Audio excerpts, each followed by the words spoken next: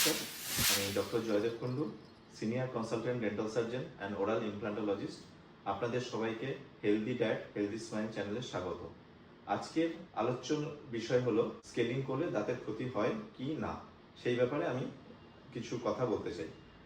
প্রথমত হচ্ছে যে স্কেলিং করলে দাঁতের কোনো ক্ষতি হয় না। পেশেন্টদের মধ্যে যাদের আপনাদের কোশ্চেন থাকে যে স্কেলিং করলে দাঁতের গোড়া নড়ে যায় নাকি, এনামেল নষ্ট হয়ে যায় নাকি, বা এই ধরনের, তাদের উত্তর হলো না।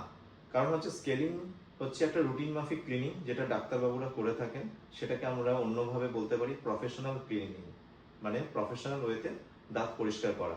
আপনারা যারা নিয়মিত দিনে দুবার করে বা প্রতিদিন একবার করে দাঁত ব্রাশ করছেন, তাতে হচ্ছে দাঁতের মধ্যে যে সমস্ত খাবার জমে থাকে বা বায়োফিল্ম বা প্লাগ ডিপোজিশন থাকে, তাতে টোটাল মুখে যা খাবার জমে থাকে তার 40% রিমুভ হয়, আর বাকি 60% খাবার দাঁতের আনাচে কানাচে কন্ট্যাক্ট এরিয়াতে বা গাম মার্জিনের ভিতরে সেখানে জমে থাকে, যেগুলো আমরা চোখে দেখতে পাই না বা ব্রাশ পৌঁছয় না, সেই জায়গাগুলো ক্লিন করতে পারি না।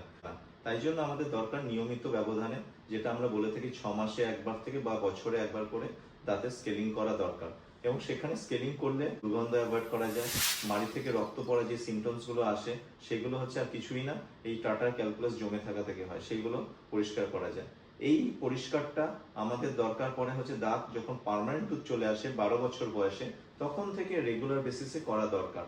দাঁতের হেলথ ভালো থাকবে এবং দাঁত সুস্থ থাকবে। এবং এটা নিঃসন্দেহে বলা যায়, যদি 3 মাসে একবার করে ডেন্টাল চেক আপ করানো যায় এবং 6 মাসে একবার করে যদি স্কেলিং করানো যায়, তাহলে আপনার দাঁত আমৃত্যু পর্যন্ত ভালো থাকা সম্ভব। এখানে রেগুলার বেসিসে হেলথ টিপস পাওয়ার জন্য বা লাইফস্টাইল রিলেটেড আপডেট পাওয়ার জন্য আপনারা এই চ্যানেলটাকে সাবস্ক্রাইব করে নিন এবং লাইক শেয়ার করুন, যাতে সবাই এই ব্যাপারে আমরা অ্যাওয়ারনেস গড়ে তুলতে পারি। নমস্কার।